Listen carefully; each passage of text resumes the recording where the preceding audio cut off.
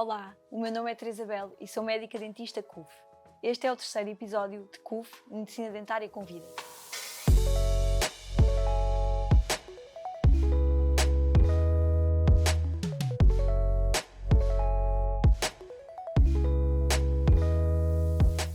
O meu convidado hoje é Mário Oliveira, cardiologista CUF, que nos vem então falar da relação entre a cardiologia e a medicina dentária. Olá, Mário.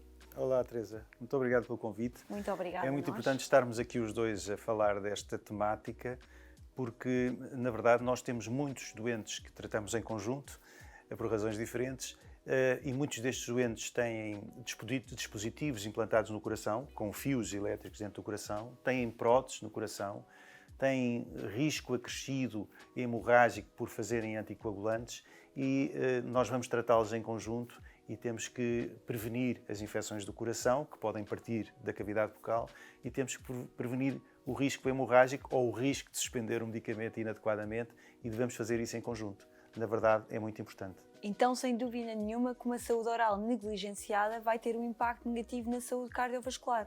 É verdade. É uma área que nós conhecemos cada vez melhor. A inflamação recorrente ou a infecção recorrente da cavidade bucal, seja por gengivite, inflamação das gengivas, seja por periodontite, é condicionada por bactérias que são libertadas em circulação, particularmente quando escovamos os nossos dentes. É fácil sangrar e é fácil essas bactérias entrarem em circulação. Essas bactérias podem, o termo é agarrar-se a fios elétricos que estão dentro do coração para tratar outras patologias ou a próteses que estão no coração e ao fazerem isso, ao agarrarem-se a próteses valvulares ou aos fios, podem condicionar uma infecção do coração, chama-se uma endocardite, que é um processo muito complexo, muito grave e difícil de tratamento. Por isso, é muito importante que nós tenhamos em linha de conta que estes doentes precisam de uma saúde oral adequada. E sobre a questão da medicação, porque antigamente era frequente em determinados procedimentos de medicina dentária, nomeadamente procedimentos cirúrgicos mais invasivos, o doente interrompia muito, por exemplo, a medicação anticoagulante. Hoje em dia nós não vemos isso tanto a acontecer. E a que é que se deve, no fundo, esta alteração de paradigma? Nós sabemos que nos últimos anos as recomendações nacionais e internacionais emanadas pela medicina dentária em conjunto com as sociedades científicas da cardiologia vieram demonstrar que não é necessário suspender os medicamentos anticoagulantes para fazer um tratamento dentário. São raras as situações em que isso acontece, até porque nós sabemos que o risco hemorrágico na intervenção da cavidade bucal é menor, é pequeno e é facilmente controlável. Sim, hoje em dia deve ser muito excepcional as situações em que isso é preciso, porque sem dúvida que os fenómenos tromboembólicos apresentam um risco muito maior. Claro, que não se justifica. Sobretudo quando nós temos doentes, e por isso é importante falar com o cardiologista, quando nós temos doentes em que nós calculamos que têm um risco maior. Quer dizer, o risco de fazer uma trombose não é igual em todas as pessoas. E, portanto, há pessoas em que esse risco é tão grande que suspender a medicação 3 ou 4 dias pode ser muito complicado do ponto de vista de eventos cardiovasculares complicados de resolver. E por isso é que é fundamental ter esta mensagem que apenas em situações verdadeiramente raras ou incomuns é necessário suspender o tratamento anticoagulante. E sempre anticoagulante. por indicação do médico cardiologista. Claro. Que é muito importante que fique esclarecido.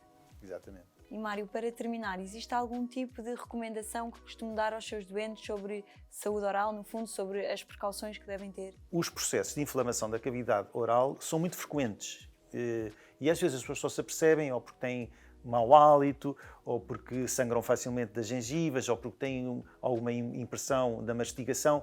Isso deve ser valorizado.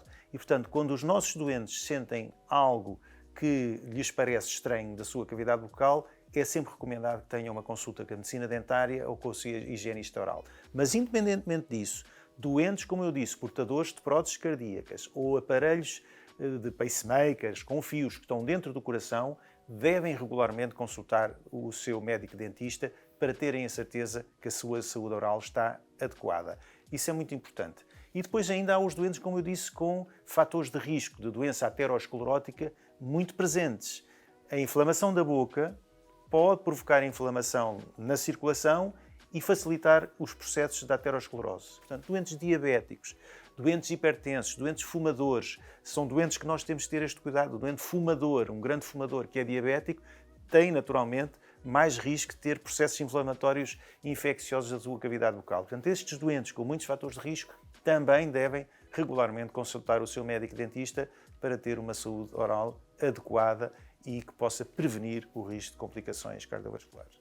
É, porque na verdade algumas doenças da cavidade oral partilham fatores de risco com doenças cardiovasculares e também algumas doenças da cavidade oral, como doenças cardiovasculares, são silenciosas e por isso o diagnóstico precoce, no fundo, é a chave, a prevenção é a chave. Estamos de acordo, é a prevenção que é a chave da medicina atual e é por isso que devemos trabalhar cada vez mais em conjunto e estar alerta para estas situações da higiene oral, da saúde da cavidade oral. Muito obrigada, Mário, foi muito esclarecedor. Obrigado, foi um prazer e foi muito importante estar aqui. Foi um prazer enorme, obrigada. Obrigado.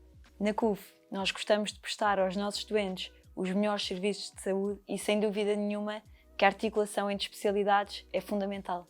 Até ao próximo CUF Medicina Dentária Convida.